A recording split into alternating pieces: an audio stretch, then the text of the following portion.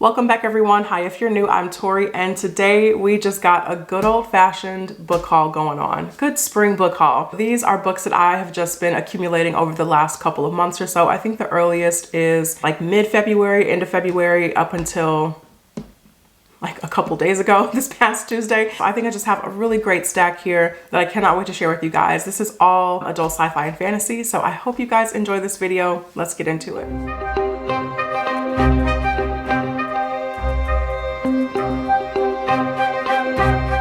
First, let's start with two books that unfortunately could not be here with us today. I did order these, and so they are just not going to arrive in time for this video, but two books that are currently on the way. I have Rubicon by J.S. Dews and also Alice in Borderland by Hato Aso. Rubicon is the new release from J.S. Dews. Earlier this year, I read and really enjoyed The Last Watch, and so I will be continuing on with the Divide trilogy, but Rubicon also sounds like a really fun and engaging space opera that she's come out with. In this, we're following our main character, Sergeant Valero, and she has been resurrected so many times. After the 96th time, she is reassigned to a special forces unit, and she is equipped with this really cutting edge virtual intelligence technology. And this is in order to hopefully be able to defeat this invading alien species. So this sounds really epic. It does kind of give me All You Need Is Kill vibes by Hiroshi Sakurazaka, and I did not like that book, unfortunately. But because I did really enjoy The Last Watch,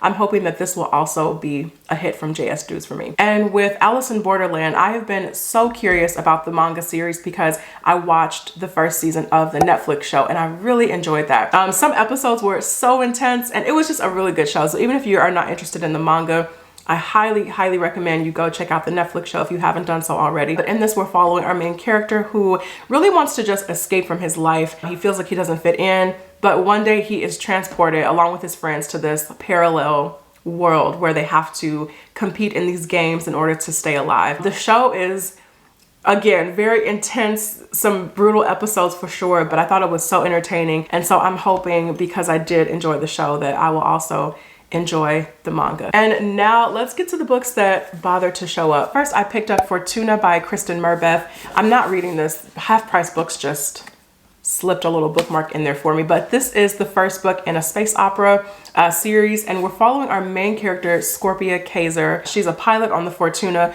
but she's also trying to prepare to take over her mother's smuggling business. I don't know why, but that just sounds so fun to me. Scorpia, she's always been in the shadow of her brother, but her brother, he abandons the family to go join this, what Scorpia sees as this useless war effort. But it sounds like at the start of the book, her brother Corvus comes back from the war, and he is bringing some not so great information with him that their family actually could be responsible for this devastating massacre that happened. That just sets off a chain of events that sounds like it's gonna make this story really epic, and I cannot wait to get into this. Fortuna, this is book one in the Nova Vita Protocol trilogy. That is a long name for a trilogy, but either way, sounds really good. And then next, I'm just gonna mention this one very quickly. I picked up Elantris by Brandon Sanderson. I actually already own Elantris, but I have it in a different edition, and I saw this one in Half Price Books for like $5. And I was telling myself, I was like, Tori, you don't need that, just walk on by. And then I got to the register and I like turned right back around and went to go pick this book up again. I was like, I can't pass this up. I just really wanted Elantris to match the editions of the first era Mistborn trilogy that I have. These are the UK covers, and I was like, I kind of need that. So here we are. Next is one I am very excited for, and that is 11th Cycle by Kian and Ardolin. Oh, this cover is like, it's kind of shiny in the camera. Oh, yep, there we go. So this is the first book in the Mistland series. This is self-published. This is huge, it's massive. And it was actually Jessie from Bookish Mom who put this book on my radar. I think it was in a video of her talking about either like upcoming releases that she was either excited about or that just sounded cool. Either way, she put it on my radar and I was like, oh, I'm gonna keep my eye out for that one. And then I saw Matt from Matt's Fantasy Book Reviews review this, and I was like, okay, well, now I gotta go pick this up. Like, I'm very easily influenced when it comes to books that I'm already kind of interested in. It just takes one person to say that was amazing, and I'm like, okay, add to cart, check out. So it sounds like in this, we have four main characters who we're following: a farmer girl, a warrior, a highborn, and a woman running into the front lines and away from her home. And it's up to the four of them essentially to decide the fate of this land called Mindthria. This has been, it's either been compared to Dark Souls, the Dark Souls video games, or like inspired by the Dark Souls video games. I'm a big gamer, but Soul style games have never really done it for me. Not even because of their content, just because of the gameplay. I get frustrated very easily with Soul style games, and I'm like, oh, I don't think I have the patience for this. But if you're familiar, Soul style games, they are known for just atmospherically being really dark in terms of content and characters, you know, being just really unforgiving. So I'm really familiar with the Dark Souls franchise. But in terms of actually playing it, I'll leave that up to somebody else. I'll leave that up to the Souls, the Souls fans. But either way, this sounds really epic, and I'm just in the mood for a really gritty, unforgiving, grimdark kind of read. But be warned, guys. I mean, I haven't read it yet, but just be warned. This sounds really dark. There's even a whole content warning that Kian and Ardalan put in here. I'm just gonna read you a piece of it. The book deals with disability, mental illness, abuse, and even descriptive sexual content. Ardalan says, I included these matters not for the sake of it, not to simply shock with a blunt weapon, but rather to deliver the image of a raw world. The material this book is based on is dark. It doesn't shy away from unsettling matters. However, it is about perseverance in the face of absolute hopelessness. It's about tearing down the veil and facing whatever face evil wears. So there you go. Be warned going into it, but I will be reading this and cannot wait to do it. And then next, I'm going to talk about these two simultaneously. I picked up books 8 and 9 in the Expanse series. We have Tiamat's Wrath, and then the 9th and final book in the Expanse, Leviathan Falls. It's still a journey. I'm getting there. I'm still making my way through the Expanse, you guys. But again, this is just one of my all-time favorite sci-fi series. I love it. I'm currently on book 4 right now. We're already meeting not only new characters, but getting back to some old favorites from the second book. But yeah, definitely some slow progress happening for sure, but it's happening nonetheless. I do love the Expanse. So now, just really happy to finally round out the rest of the series. I am going to be getting the collection of, I think it's like the bind up of all the short stories that are happening in between each book. So I do want to pick up that eventually, but as for now, just happy to finally have all 9 books. So, and then next I just picked up a physical copy of The Tyranny of Faith by Richard Swan. I love this book so much. I've read the eARC version that was provided to me by the publisher, and I do have a full spoiler-free review of this book up on my channel already. But yeah, I mean, I already have the Justice of Kings, so I needed this book to be sitting next to the Justice of Kings. Now that I actually have this book in person, it's a lot thicker than I thought it was. Usually on Kindle, you can see page numbers, but usually with eARCs, it just has the location. So I didn't really know what was going on. Yeah, but now that I have it, this is like 540 something pages, which I had no idea.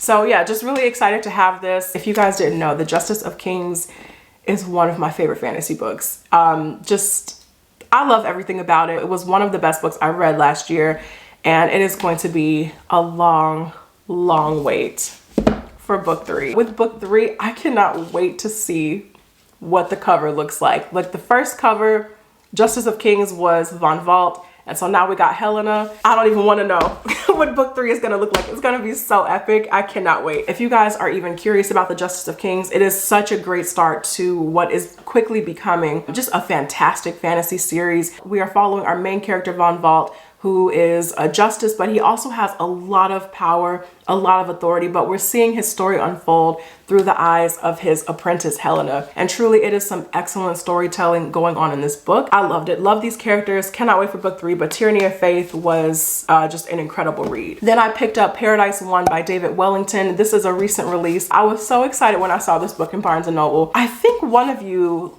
last year, because I read The Last Astronaut by David Wellington. I think on that video, someone had mentioned that they were excited for the new David Wellington book. And I was like, oh, that's so exciting. He's coming out with something else. And I just kind of put it out of my mind. But then I actually saw it in the bookstore and I was like, whoa, here we are. Okay, this sounds so good. I really enjoyed The Last Astronaut at the time I read it. But now, like, the more space I get from that book, the more I'm like, oh, that was a really good read. It was kind of creepy, but very entertaining. So I'm definitely excited to see what we're about to get next. Paradise 1 is a colony that is in deep space. It's like Earth's first space colony, and it's been home to thousands of people, supposed to be new life, new opportunities, and then all of a sudden Paradise 1 goes dark and no one has had any communication with this colony. But then this is where our main character comes in. She is an inspector on the crew of the Artemis, and they are sent out to go investigate what is going on. Oh, this sounds so good. In the last maybe two, I would even say the last year, maybe not even the last 2 years, but in the last year or so, I have been getting really into science fiction horror. I'm not that big on just, I don't know how to say it, like just, you know, regular horror novels, but I really enjoy the subgenre of sci-fi horror. It's just something about it that has really been appealing to me over the last couple of years or so. So cannot wait to get into Paradise 1 and see what I think of this. I have a feeling this is going to be just such a fun time and just a really terrifying time as well. And then this is one I'm going to mention pretty quickly because I did talk about this in my April TBR video, but I picked up The Adventures of Amina al-Sirafi recently by Shannon Chakraborty. And this just sounds, again, so adventurous and so fun, and definitely what I think I need for the month of April. In this, we're following our main character, Amina al-Sirafi, and her story is being told to us by another character. She's this retired pirate, but she suddenly gets pulled back into this pirate life when the mother of a former crewman comes to her and says that the crewman's daughter has been kidnapped. And then, you know, Amina, she picks everything up and she gets back out into the action and adventure on the water. I just have a really strong feeling that I'm gonna enjoy this and can't wait to get to this sometime this month. Next, I picked up the Aeronaut's Windlass by Jim Butcher. This book came out a while ago and it's supposed to be the first in this series. This book came out in 2015.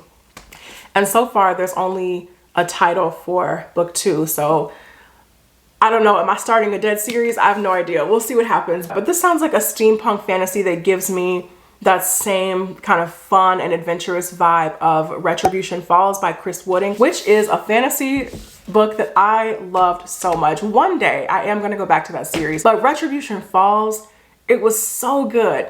And I'm getting that same, you know, even though the stories are very different, I'm getting that same feel, that same kind of steampunk, punkish vibe from the Aeronaut's Windlass. In this, we have these aristocratic families and they control everything. They control the trade, they control like politics, they control the development of these scientific marvels. And our main character in this, he is the captain of the merchant ship Predator, and he suddenly finds himself mixed up in the politics of these noble houses, especially after his ship gets damaged. So that's all I know about this. But again, I've been craving adventure lately. I keep saying this, and this one also just sounds like it's really gonna fit the bill for that. And just really quickly, if you guys have not read Retribution Falls, highly recommend. It's so fun, it's so good.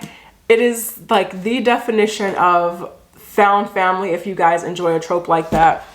Just a really fun time. So that's the first book in the Tales of the Ketty J series. I do actually have, this is such a tangent, but I do also have Chris Wooding's epic fantasy book on my shelf that I've been wanting to read, The Ember Blade. So I will be getting to that sometime soon, definitely before 2023 is over. And then last but certainly not least, I got A Day of Fallen Night by Samantha Shannon. I still have yet to read Priory of the Orange Tree, but I feel it in my soul that that is a book I am really, really gonna love. I mean, like, fingers crossed, knock on wood. And so A Day of Fallen Night is the prequel to Priory. It does exist in the same world, but I've heard Samantha Shannon say that they are both considered standalones. You can read A Day of Fallen Night without reading Priory and vice versa. Day of Fallen Night actually takes place, I think, 500 years before the events of the Priory of the Orange Tree. And this book is absolutely gorgeous. Like, I'm not one to really harp on covers, but my God, this is stunning. And the funny thing about Priory is that I don't really know that much about the book. Every time I see someone vlog it or talk about it, I still don't really have a good sense of what is going on in the story, which, I mean, that's good because I can experience it for myself. But just from what I have gathered, it sounds like we have these different regions of this massive land and they all have different opinions about dragons.